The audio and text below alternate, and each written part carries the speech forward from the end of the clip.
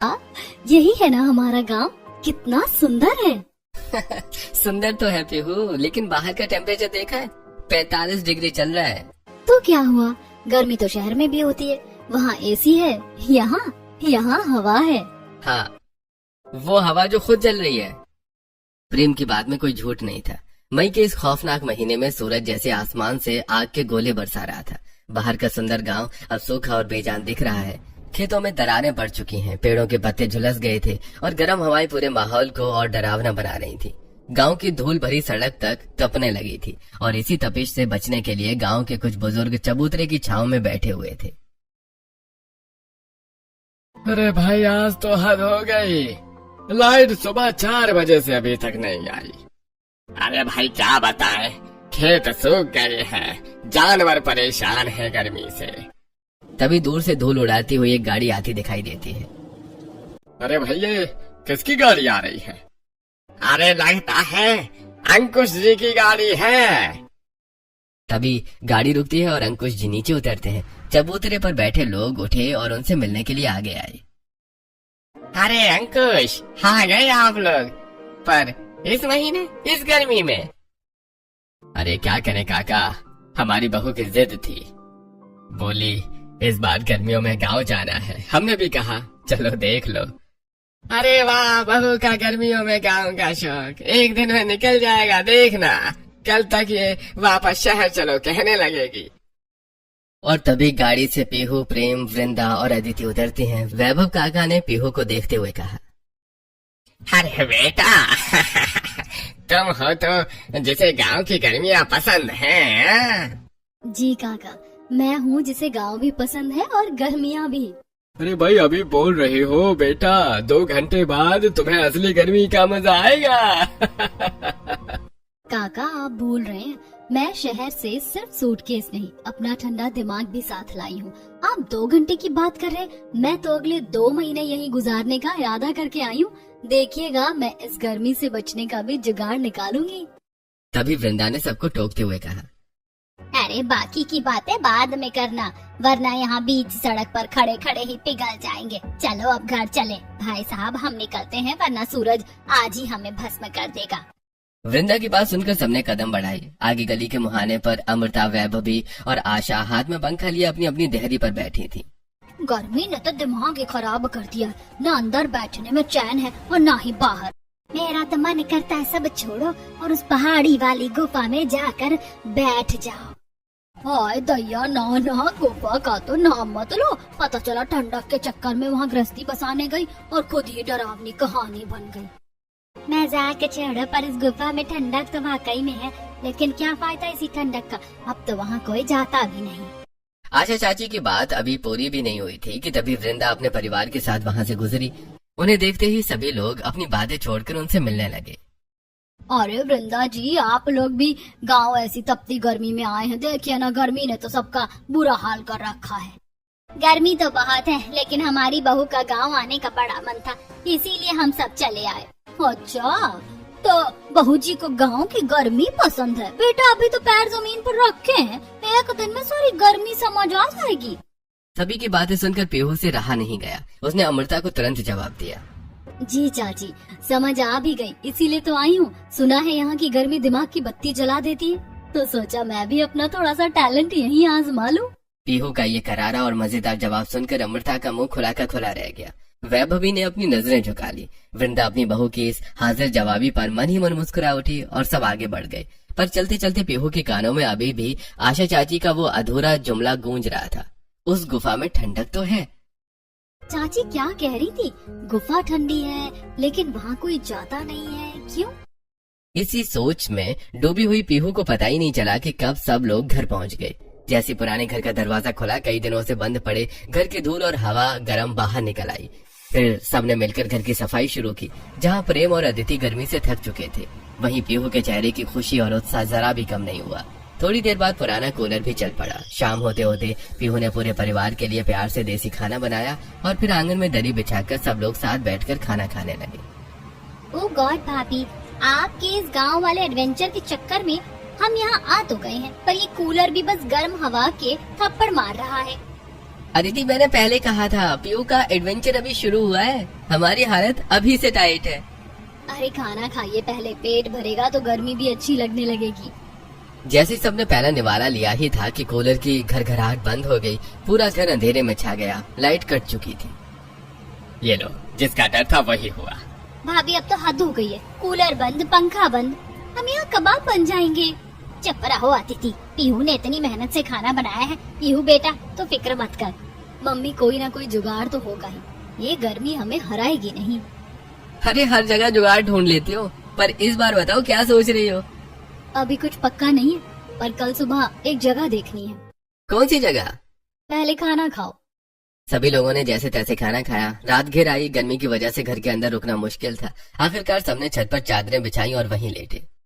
यार छत पर तो थोड़ा ठीक है। हाँ छत पर ठीक है, लेकिन क्या हर रात छत पर ही सोएंगे? अरे नहीं, बस 1-2 दिन की बात है, लाइट आ जाएगी। यहाँ लाइट का कोई भरोसा नहीं है, पहले भी ऐसे ही था। वहीं पीहू चुप लेटी है, उसकी आंखें खुली हैं, आसमान देख रही है, दिमाग चल रहा है। इस घर में नहीं चलेगा, कहीं और कोई ऐसी जगह जहाँ दीवारें खुद ठंडी हो। कुदरत ने जरूर कुछ बनाया होगा, कल की कल देखेंगे। अभी तो मैं आसमान के नीचे आराम से सो जाऊं। अगली सुबह उमस ने फिर घेरा डाल लिया। वृंदा ने दरवाजा खोला तो सामने अमृता और वैभव भी खड़ी थी, जैसे रात भर से वहीं बैठी हो। अरे वृंदा जी, रात कैसी गई? बहू रानी का एडवेंचर कैसा रहा? ठंडी हवा मिली? हम तो रात भर इंतजार में थे, सोचा सुबह होते ही बहू जी के बैग बंद जाएंगे। शहर की हवा याद आती है ना रात को। वृंदा ने एक नजर दोनों पर डाली, चेहरे पर कोई घबराहट नहीं, बस एक शांत मुस्कान, जैसे पहले से पता हो कि सामने वाले क्या कहने वाले हैं। रात बहुत अच्छी गई दीदी, छत पर सोए तारे देखे। शहर में तो ये नसीब ही नहीं होता। और बहू, मेरी बहू का मजाक उड़ाने की कोशिश में जो वक्त लगा रही हैं आप, उतने वक्त में वो कुछ नया सोच चुकी होगी। वो मुश्किल देखकर हारने वालों में से नहीं है। दोनों चुप हो गईं और छत पर पीहू दूर पहाड़ी की तरफ देख रही थी। इधर पूरा गांव सूखा, उधर घनी हरियाली। तभी आशा चाची की बात याद आई, गुफा उधर ही थी। इधर सब सूखा, उधर इतनी हरियाली, कैसे? नीचे से आवाजें आई, तभी पीहू ने झांक कर देखा। नीचे गांव की औरतों को देखकर वो सीढ़ियों से उतरकर नीचे आ गई। अरे बहू जी, सुना है एडवेंचर करने आई हो इस तपती गर्मी में, शहर का सारा ऐशो आराम छोड़कर? कोई मजबूरी होगी, वरना कौन छोड़ता है ऐसी बेटा।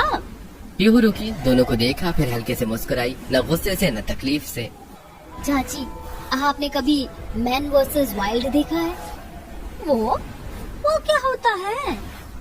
एक शो है जिसमें एक इंसान अपना सारा आराम छोड़कर तपती धूप जंगल में निकल पड़ता है, सिर्फ इसलिए कि मुश्किल को जीतना सीखे। तो चाची जी, जो आराम छोड़कर निकले वो कमजोर नहीं होता, वो बस औरों से थोड़ा अलग होता है। और तुम शहरी लोग और तुम्हारी ये बड़ी बड़ी शहरी बातें। चाची, बातें शहर की हो या गांव की, दिल सच्चा हो ना तो हर बात अपनी लगती है। दोनों चुप हो गई। वृंदा ने पीहू को देखा और हल्का सा मुस्कुरा दी।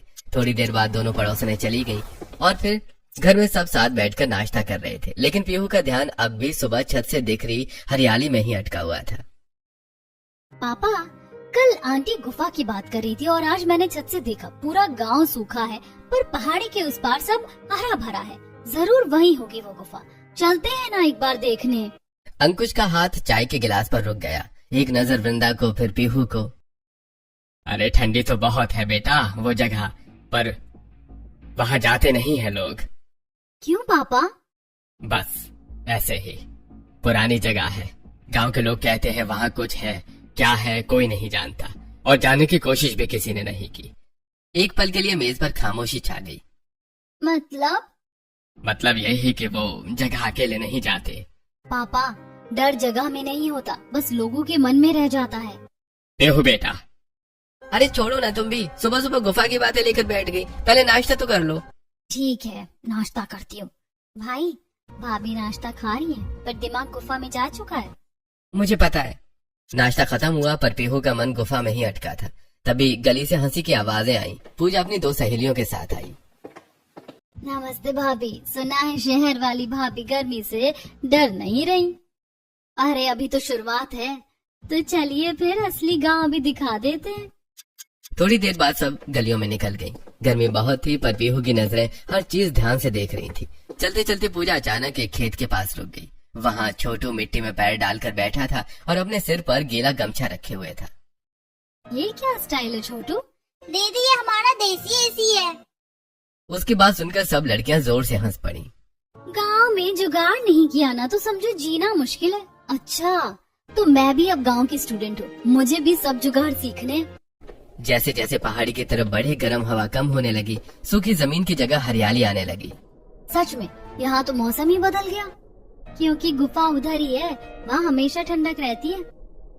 तभी बाकी लड़कियों के चेहरे थोड़े गंभीर हो गए। लेकिन हम लोग ज्यादा आगे नहीं जाते, बस गांव वाले मना करते हैं, कहते हैं वो जगह ठीक नहीं। तभी पीछे से गुजरती हुई विमला चाची उनकी बातें सुनकर रुक गई। कई साल पहले एक औरत वहाँ गई थी, वापस तो आई पर कहती थी कि अंदर कुछ था, दिखा नहीं पर महसूस हुआ। हाँ तभी तो अब कोई नहीं जाता। अगर वहाँ इतनी ठंडक है तो लोग उसका इस्तेमाल क्यों नहीं करते? अगर गुफा इतनी ठंडी है ना तो इस गर्मी में वहीं घर बना लेना चाहिए। हाँ फिर गांव वाले कहेंगे शहर वाली भाभी पहाड़ों में बस गई। सब हंसने लगे, लेकिन पीहू अचानक चुप हो गई। उसके दिमाग में सच में यही ख्याल घूमने लगा। अब क्या रिसर्च चल रही है मैडम?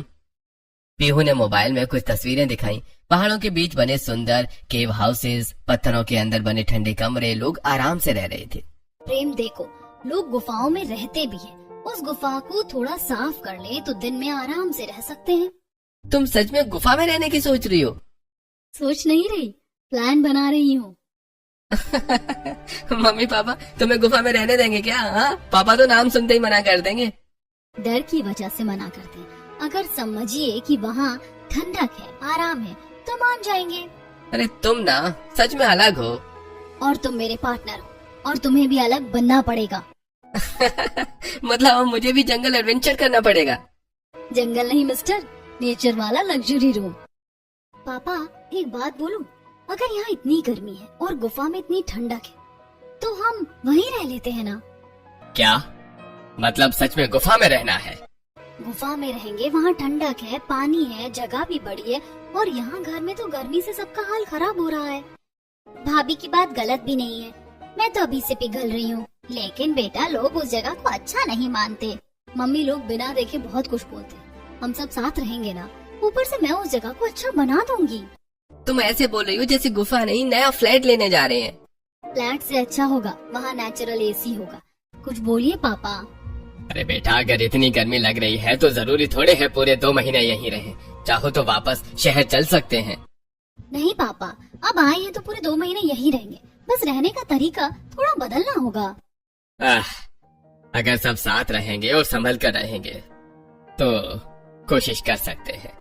बस फिर क्या था, अगले ही पल घर का माहौल बदल गया। डर आधा था और एक्साइटमेंट दोगुनी। सुबह सुबह पूरा घर ऐसे तैयारी करने लगा जैसे कहीं लंबी पिकनिक पर जा रहा हो। पीहू कभी बर्तन बांधती, कभी चादरें। उसने एक बड़ा टोकरी निकाली और उसमें मसाले, आटा, दाल और सब्जियां रखने लगी। अरे तुम तो इतनी तैयारी कर रहे हो जैसे सारी जिंदगी वहीं रहने जा रही हो।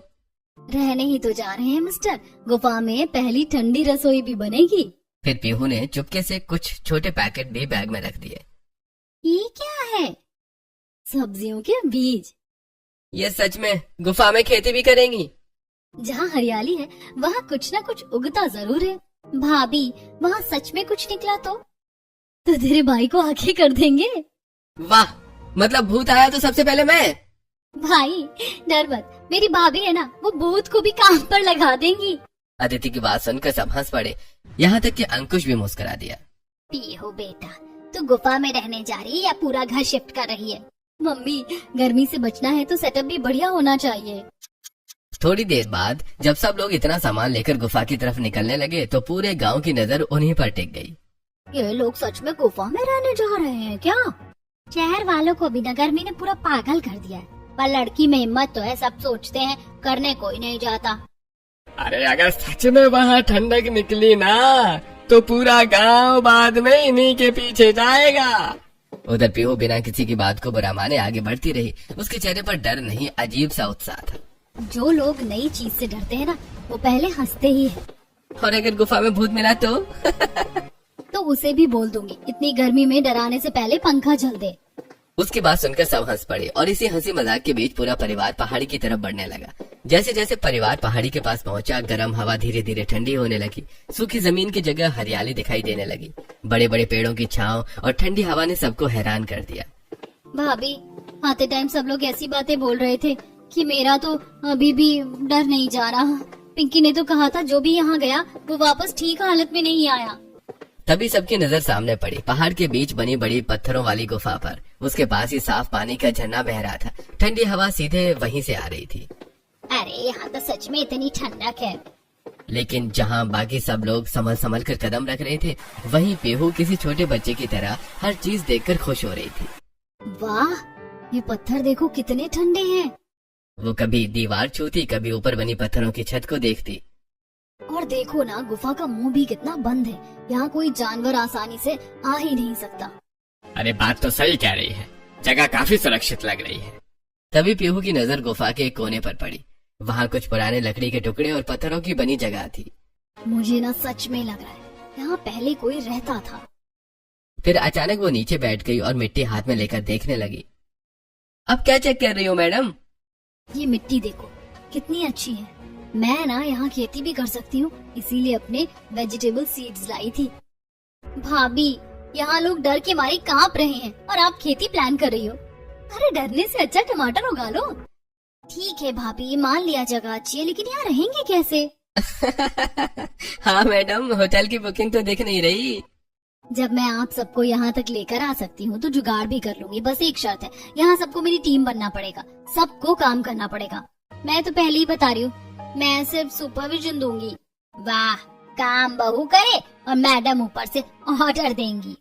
बोलो बेटा क्या करना है, हम तैयार हैं।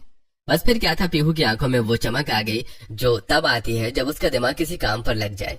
वो गुफा के अंदर गई और हर कोना, हर पत्थर, हर दरार को ध्यान से देखने लगी, जैसे कोई आर्किटेक्ट खाली जमीन देखता है और उसमें घर देखता है। और एक कोना देखकर उसका जोश और बढ़ गया। यहाँ रसोई बनेगी। अरे मम्मी, आपकी बहू तो गुफा में ठंडी रसोई बनाने जा रही है।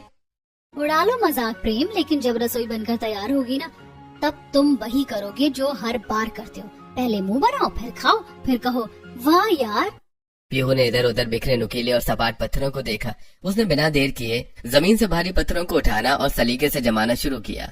सबसे नीचे 4 मजबूत पत्थर बेस की तरह रखे, फिर उनके ऊपर एक चौड़ा और सपाट पत्थर कुछ इस तरह फिट किया कि बर्तन रखने की जगह बिल्कुल बराबर हो जाए। बीच में हवा के आने जाने का रास्ता छोड़ा और देखते ही देखते बिना ईंट या सीमेंट के पत्थरों का एक बेहतरीन देसी चूल्हा तैयार हो गया। लीजिए मम्मी, हमारा स्नो किचन तैयार है। अब इस चूल्हे से आग तो निकलेगी, पर दीवारों की ठंडक चेहरे पर पसीना नहीं आने देगी। अरे वाह पीहू बेटा, तूने तो पत्थरों को भी काम पर लगा दिया। ये तो बिल्कुल शहर के मॉडर्न किचन जैसा प्लेटफॉर्म बन गया। पत्थरों का चूल्हा तो ठीक है, पर धुआं? पीहू एक पीवीसी पाइप की तरफ इशारा करते हुए कहा। देखिए, ये पीवीसी पाइप प्रेम जो मैं अपने साथ लेकर आई थी। ये पाइप गुफा की उस छोटी सी दरार से बाहर निकलेगा, सारा धुआं बाहर और सारी ठंडक अंदर। इसे कहते हैं इंजीनियर बहू का देसी जुगाड़। भाभी, आपको ये सब आता भी है? यूट्यूब और मम्मी दोनों से सीखा है। और थोड़ा क्रेडिट अपनी इस मम्मी को भी दे दो बेटा। थोड़ा क्या, सारा क्रेडिट आपको ही जाता है मेरी प्यारी मम्मी जी। चूल्हा बना तो पीहू ने गुफा का पूरा कोना देखा, थोड़ी देर रुकी, फिर मुंह बना लिया। नहीं नहीं, ऐसे तो बिल्कुल अनऑर्गेनाइज लग रहा है। अरे मैडम, ये गुफा है, 2 BHK फ्लैट नहीं है।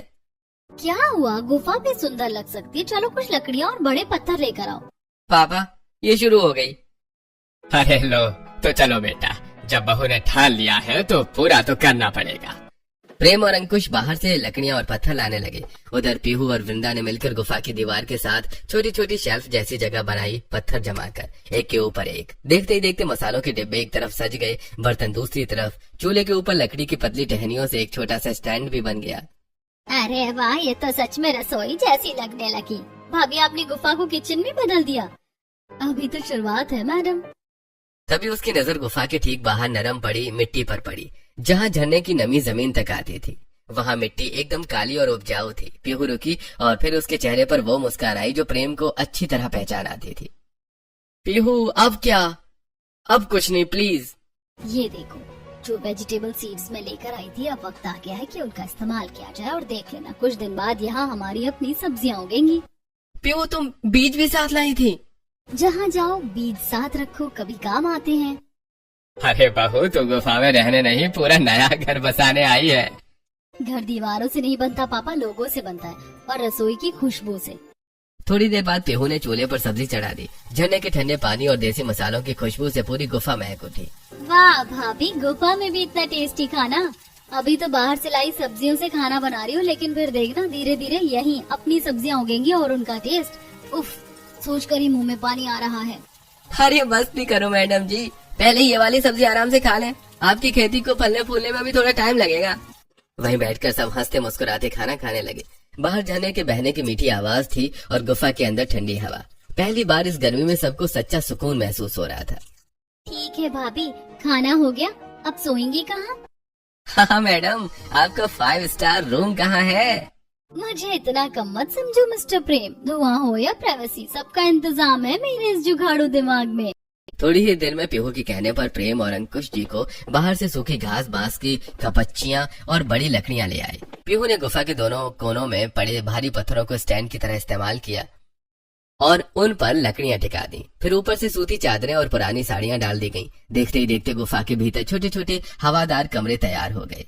भाभी, ये तो किसी लग्जरी कैंपिंग जैसा लग रहा है। यकीन नहीं होता कि बाहर 45 डिग्री और यहाँ मुझे चादर ओढ़नी पड़ रही है। अरे ये तो सच में घर जैसा लग रहा है। अरे बहू को एडवेंचर का शौक है, लेकिन दिमाग भी खूब चलता है। सब अपने अपने बिस्तर पर लेट गए। बाहर गर्म हवाएं चल रही थीं, लेकिन गुफा के अंदर ठंडी हवा और सुकून था। अगली सुबह गांव में सबकी बातें बस उसी गुफा को लेकर थीं। पूरा एक दिन हो गया, कोई खबर ही नहीं आई। मुझे तो डर लग रहा है कहीं सच में कुछ गड़बड़ ना हो गई हो। अरे पहले भी लोग वहाँ जाने से डरते थे, यूं ही नहीं डरते थे। दिन धीरे धीरे गुजरने लगे। बाहर पूरा गांव अब भी गर्मी से परेशान था, लेकिन गुफा के अंदर सबकी जिंदगी बदल चुकी थी। सुबह पीहू सबसे पहले झरने के पास बनी अपनी छोटी सी खेती देखने जाती। उसने टमाटर, मिर्च, धनिया, लौकी और भिंडी के बीज लगाए थे। हर दिन मिट्टी से छोटी छोटी हरी पत्तियां निकलती देख उसके चेहरे की खुशी बढ़ जाती। देखो देखो, धनिया निकल आया। भाभी, आप सब्जियों को ऐसे देख रही हो जैसे बच्चे स्कूल में फर्स्ट आ गए हो। उधर रसोई भी अब पूरी तरह जम चुकी थी। सुबह चूल्हे पर गर्मा गर्म पराठे बनते, दोपहर में झरने के ठंडे पानी के पास बैठकर सब खाना खाते और रात को ठंडी हवा में बातें करते। सच कहूँ, इतने सुकून से तो हम शहर में भी नहीं रहे। गांव वाले अब भी दूर से पहाड़ी की तरफ देखते रहते। सबको इंतजार था कि आखिर गुफा से क्या खबर आएगी। इतने दिन हो गए फिर भी सब ठीक कैसे हैं? मुझे तो लगता है कुछ न कुछ जरूर है इस जगह में। लेकिन उधर गुफा में सब हंसी खुशी रह रहे थे। फिर एक रात अचानक तेज आवाज गूंजने लगी। हवा जोर जोर से चल रही थी। बाहर पेड़ों की सरसराहट और झरने की आवाज मिलकर डरावना माहौल बना रही थी। भाभी, ये कैसी आवाज है? ये कैसी आवाज थी? सब डर गए, लेकिन पीहू बिल्कुल शांत थी। अरे डरिए मत, इतने दिनों से यहाँ रह रहे ना, कुछ हुआ क्या? तो फिर ये आवाज? चलो बाहर चलकर देखते हैं। बाहर तेज तूफानी हवा चल रही थी। बड़े बड़े पेड़ हवा से टकराकर जोर जोर से हिल रहे थे। झरने का पानी पत्थरों से टकराकर गूंज पैदा कर रहा था। देखा, आवाज इन पेड़ों और झरने की है। लोगों ने डर डर कर इसे भूत बना दिया। अंकुश कुछ पल चुप रहे, फिर हल्का सा मुस्कुरा दिए। अरे सही कह रही हो बेटी, हम इतने दिन से यहाँ हैं, लेकिन कभी कुछ गलत महसूस नहीं हुआ। उस रात के बाद सबका डर लगभग खत्म हो चुका था। अब गुफा सच में घर जैसी लगने लगी थी। फिर कुछ दिनों बाद दोपहर के समय जब पीहू अपनी छोटी सी खेती में पानी डाल रही थी, तभी बाहर किसी के कदमों की आवाज आई। लगभग 30 साल का एक आदमी धीरे धीरे गुफा की तरफ बढ़ रहा था। कौन है भाई? मैं विवेक। वो गांव में सुना कि आप लोग सच में यहाँ रह रहे हैं, इसलिए देखने चला आया। विवेक गुफा के अंदर का माहौल देखकर खुद हैरान रह गया। एक तरफ रसोई सजी थी, दूसरी तरफ सब आराम से बैठे थे। ठंडी हवा अंदर तक जा रही थी। आप लोगों को डर नहीं लगा यहाँ पे? पहले तो बहुत लगा था, गांव वालों ने इतना डराया जो था, लेकिन फिर सोचा इतनी ठंडी और अच्छी जगह को सिर्फ डर की वजह से खाली क्यों छोड़े। और अब तो यहाँ हमारी खेती भी शुरू हो गई है। विवेक कुछ पल चुप रहा, फिर हल्का सा सिर हिलाकर मुस्कुरा दिया। अच्छा ठीक है, मैं चलता हूँ। लड़का वापस चला गया। उधर शाम होते होते मौसम और भी ठंडा हो गया था। पीहू और प्रेम गुफा के पीछे की तरफ घूमते घूमते चले गए। वहां बड़े पत्थरों के बीच एक बहुत छोटा सा कमरा दिखाई दिया, जो कि बंद था। अरे, ये पहले तो नहीं देखा। दोनों धीरे धीरे अंदर गए। कमरा छोटा था लेकिन ऐसा लग रहा था जैसे कभी कोई वहां रहता रहा हो। एक कोने में पुरानी लकड़ी का छोटा संदूक रखा था। अरे देखो तो, ये क्या है, चलो ना देखें। अब तुमने ठान ही लिया है तो अगर मैंने मना किया ना तो मेरी शामत आ जाएगी। चलो बेहतर यही है कि तुम्हारी बात मान ले। दोनों धीरे धीरे उस छोटे कमरे के अंदर गए। चारों तरफ धूल जमी हुई थी। तभी एक कोने में रखा पुराना लकड़ी का संदूक पीहू की नजर में आया। प्रेम, देखो यहाँ कुछ रखा है। पीहू झुककर संदूक के पास बैठ गई और उसने धीरे से ऊपर जमी धूल हटाई और फिर उसका ढक्कन खोला। अंदर एक पुरानी डायरी रखी थी जिसके पन्ने पीले पड़ चुके थे। पीहू उसे धीरे से उठाकर पढ़ने लगी। जो डर पर काबू पा लेगा वही इस गुफा की ठंडी सांसों को महसूस कर पाएगा। जिसने आंखों से नहीं दिमाग से देखा उसे यहाँ कभी अंधेरा नहीं लगेगा। नीचे कुछ और लिखा था। हम मजबूर थे, हमारे पास रहने को कोई जगह नहीं थी। इस गुफा ने हमें तपती गर्मियों में सहारा दिया, लेकिन डर था कहीं कोई हमसे ये जगह छीन ना ले। इसीलिए हमने अफवाह फैला दी कि यहाँ अनहोनी होती है।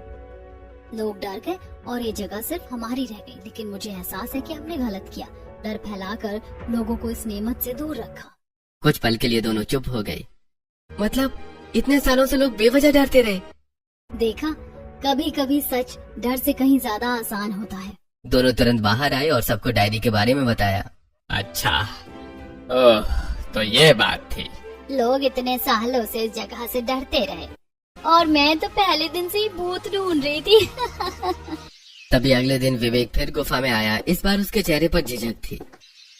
मुझे आप सबसे कुछ कहना है, कल कह नहीं पाया था। क्या बात है बेटा, अगर इस गुफा के बारे में बताना चाहते हो तो हमने वो डायरी पढ़ ली। असल में वो डायरी मेरे परदादा की थी। उन्होंने ही ये अफवाह फैलाई थी। उस समय बहुत गरीबी थी, रहने को घर नहीं था। उन्हें डर था कि कोई ये जगह उनसे छीन न ले। सब चुपचाप उसकी बात सुनते रहे। बाद में उन्हें अपने किए का बहुत अफसोस रहा। जब उन्हें पता चला कि अब कोई यहाँ रहने आया है तो वो बहुत खुश हुए। उन्होंने बस एक बात कही थी, जो डर को हरा देगा असली ठंडक वही पाएगा। पीहू और प्रेम एक दूसरे को देखकर मुस्कुरा दिए। आप लोगों ने सच में डर पर जीत पाई है। चलिए अब मैं चलता हूँ। उसके जाने के बाद धीरे धीरे पूरी बात गांव में फैल गई। गांव वाले गुफा में आए, इस बार बिना किसी डर के। हमने तो बेकार में उस जगह को डरावना बना रखा था। और तुम्हारी बहू सच में बहुत समझदार निकली वृंदा जी। डर ने इतने साल लोगों को गुफा से दूर रखा और एक बहू ने आकर सब बदल दिया। अब गांव वाले भी धीरे धीरे गुफा तक आने लगे। कोई झरना देखने आता, कोई ठंडी हवा महसूस करने। उधर पीहू की छोटी सी खेती भी अब हरी होने लगी थी। टमाटर लाल होने लगे थे, भिंडी निकल आई थी और धनिया की खुशबू पूरी जगह महका रही थी। लो चाची, ये हमारी गुफा वाली पहली सब्जियाँ। और वहाँ बहू, गुफा में खेती भी सच कर दी तुमने। धीरे धीरे पूरी गर्मी, हंसी, खेती, ठंडी हवा और साथ बैठकर खाए गए खाने में गुजर गई। फिर आखिर वो दिन भी आ गया जब उनकी छुट्टियां खत्म हो गईं। सब लोग सामान बांधकर वापस शहर लौटने लगे। सच कहूँ भाभी, अब ये गुफा छोड़ने का मन नहीं कर रहा। जिस जगह से लोग डरते थे आज वही सबसे प्यारी लग रही है। हमारी बहू ने साबित कर दिया कि डर के आगे जीत है। सभी लोग हंस पड़े। जाते वक्त पीहू ने एक आखिरी बार पीछे मुड़कर गुफा को देखा। ठंडी हवा अब भी वही बह रही थी, लेकिन अब उस जगह में डर नहीं, अपनापन बसता था। डर ने जिसे वीरान रखा, प्यार ने उसे घर बना दिया। और फिर गाड़ी धीरे धीरे गांव से दूर निकल गई। लेकिन गुफा की वो ठंडी रसोई और छोटी सी खेती हमेशा सबकी यादों में बस गई। क्या आप भी ऐसी कहानी वीडियो देखना चाहते हैं?